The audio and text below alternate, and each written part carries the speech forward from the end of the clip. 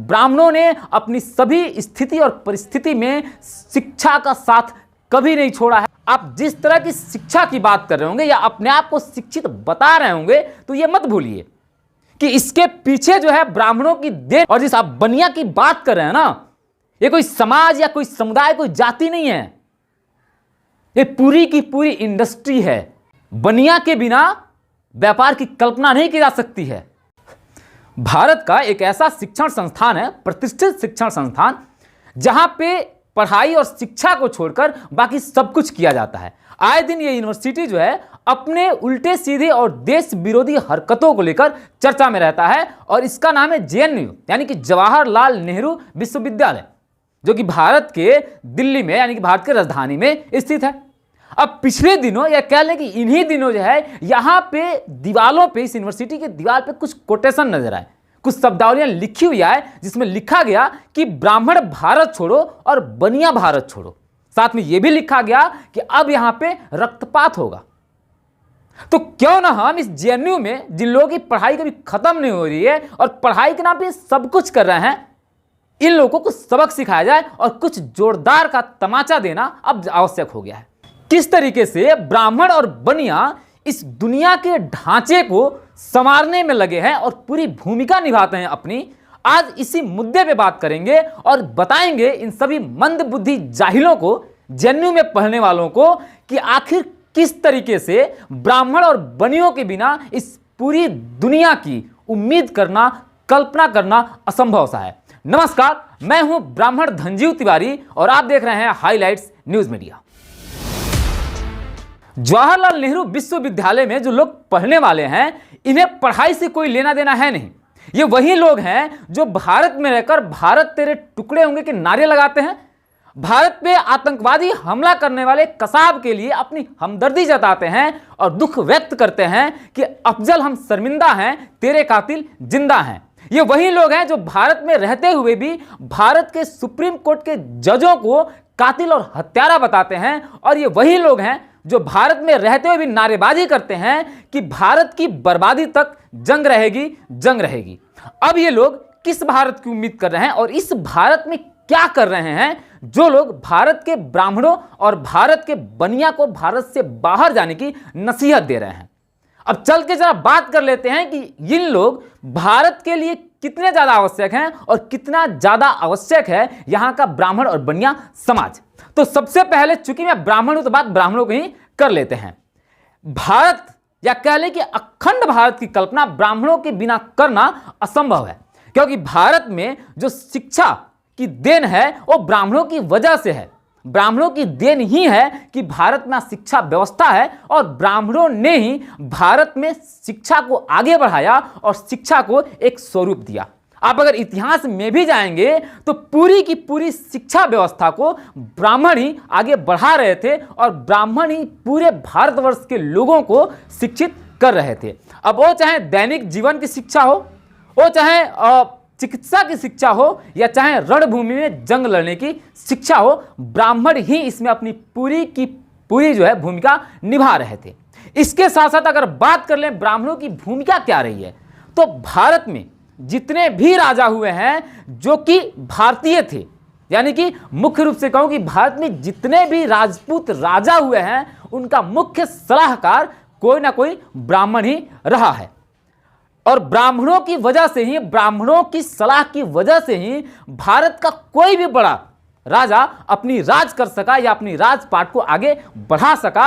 अब आप बताइए कि इस तरह के व्यक्तित्व वाले समाज को आप भारत से बाहर करके किस भारत की कल्पना कर रहे हैं, या फिर आज आप जिस तरह की शिक्षा की बात कर रहे होंगे या अपने आप को शिक्षित बता रहे होंगे, तो यह मत भूलिए कि इसके पीछे जो है ब्राह्मणों की देन है, और आप उसी बिल्डिंग पे खड़े हैं जिसकी नींव में ब्राह्मणों ने अपनी पूरी योगदान दिया है।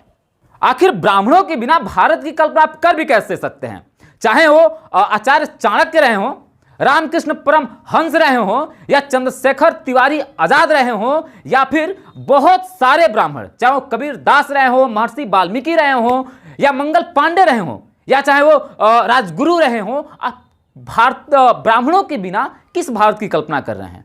और आपको क्या लगता है कि अगर इतिहास में ब्राह्मणों ने अपना योगदान नहीं दिया होता तो इस भारत का या अखंड भारत का स्वरूप क्या होता। तो मंद बुद्धि जनेयू के लोगों, आप जरा सा समझ लीजिए कि ब्राह्मणों के बिना इस भारतवर्ष का, अखंड भारत का, सनातन का हिंदुत्व की कल्पना करना असंभव है, पूरी तरीके से असंभव है। दूसरी चीज कि चाहे स्थिति परिस्थिति कुछ भी रहा हो, आप जिस शिक्षण संस्थान में बैठकर ये बातें कर रहे हैं, ब्राह्मणों ने अपनी सभी स्थिति और परिस्थिति में शिक्षा का साथ कभी नहीं छोड़ा है। ये सिर्फ ब्राह्मण ही एक समाज है जो शिक्षा को अपने साथ लेकर आज भी चल रहा है। अब जरा सा बात कर लेते हैं बनिया के बारे में। ये लोग बनिया को ही बाहर करना चाहते हैं और लिखते हैं कि रक्तपात होगा, यहां पे खून की नदियां बहेंगी। इन मंद बुद्धि जाहिलों को यह लगता है कि जो बनिया समाज है ना, वो सिर्फ एक जाति है, एक समुदाय है।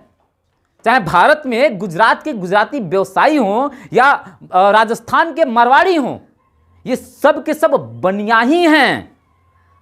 और इन्हें लगता है कि व्यवसाय के बिना और व्यापार के बिना इस पूरी दुनिया की कल्पना की जा सकती है। ये जहालत का एक पूरा का पूरा नमूना है। एक ये लोग सांचा हैं जहालत की, आप समझिए इस चीज को। व्यवसाय के बिना इस पूरी दुनिया की ही कल्पना नहीं की जा सकती। और जिस आप बनिया की बात कर रहे हैं ना, ये कोई समाज या कोई समुदाय, कोई जाति नहीं है, ये पूरी की पूरी इंडस्ट्री है।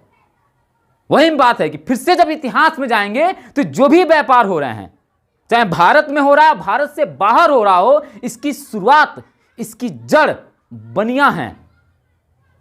बनिया के बिना व्यापार की कल्पना नहीं की जा सकती है और व्यापार के बिना इस दुनिया की कल्पना नहीं की जा सकती। किसी भी बड़े इंडस्ट्रियल की बात कर लें, किसी भी व्यवसायी की बात कर लें, किसी बिजनेसमैन की बात करें, बनिया ही हैं। ये कोई जाति, कोई धर्म, कोई समुदाय नहीं है। और ये जाहिल मंद बुद्धि लोग को लगता है कि सिर्फ एक जाति है। आखिर जेएनयू में रहने वाले लोग हैं कौन? भारत के जो आमतौर पे परिवारें हैं, किसी भी परिवार का बच्चा अगर वो ग्रेजुएशन कर लिया, डिग्री कर लिया, तो परिवार की यही उम्मीद रहती है कोई रोजगार ढूंढेगा, अपने लिए काम करेगा। लेकिन यहां पे पढ़ने वाले लोग कौन हैं जिनकी आधी उम्र गुजर गई और अब तक इनकी पढ़ाई पूरी नहीं हो रही है। जेएनयू में पढ़ाई को लेकर सब कुछ हो रहा है। पिछले 10-15 सालों में अगर देखें तो जेएनयू में ना किसी चीज की रिसर्च हुई है, ना किसी तरह की खोज हुई है और ना ही अंतरराष्ट्रीय स्तर पे जेएनयू ने कोई योगदान दिया है। पिछले 10-15 सालों में अगर जेएनयू इतना ज्यादा प्रसिद्ध हुआ है, चर्चा का विषय बना है, तो सिर्फ देश विरोधी नारों की वजह से हुआ है, देश विरोधी हरकतों की वजह से हुआ है। अभी पिछले दिनों मैं सुन रहा था तो लोग पूछते थे कौन लोग हैं? ये तो अर्बन विचारधारा के लोग हैं। ये लोग कहां से आए हैं? ये लोग जहां से भी आए हैं, पर इन दिनों नहीं आए हैं। 1947 में ही इन्हें लाया गया है, जबरदस्ती लाया गया है। और मैं पूरी जिम्मेदारी के साथ कह रहा हूं कि देश के पहले प्रधानमंत्री पंडित जवाहरलाल नेहरू और उनके कैबिनेट के द्वारा लाया गया है। क्योंकि उन लोगों की हुई उस वक्त जो कुकर्म है ना, वो किसी को बताया नहीं गया। यहां पे अभी मेरे पास एक किताब है, कहानी कम्युनिस्टों की पार्ट 1। वक्त मिले कभी तो आप इसको पढ़िएगा, समझिएगा, आपको समझ में आएगा कि किस तरीके से देश को बर्बाद करने में और इस अर्बन विचारधारा के जो लोग हैं, ये कम्युनिस्ट लोग हैं, इनको लाने में पूरी की पूरी भूमिका निभाई है ये नेहरू कैबिनेट ने। किस तरीके से पंडित नेहरू पूरी तरीके से उतावले थे कि देश में समाजवादी विचारधारा को पनपाया जाए, आगे बढ़ाया जाए। संदीप दीव जी की लिखी हुई किताब है, आप पढ़िएगा कभी। मैं गारंटी देता हूं कि इसका पढ़ा हुआ हर एक एक पन्ना आप पूरा नहीं पढ़ पाएंगे।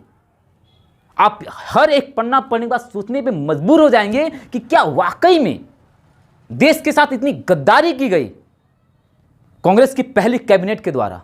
और ये जेएनयू में बैठे लोग जिनकी आधी उम्र गुजरने के बाद भी इनकी पढ़ाई पूरी नहीं हो रही है, किसी तरह का काम नहीं हो रहा है, ये लोग चाहते हैं कि अब इस भारत को तोड़ेंगे।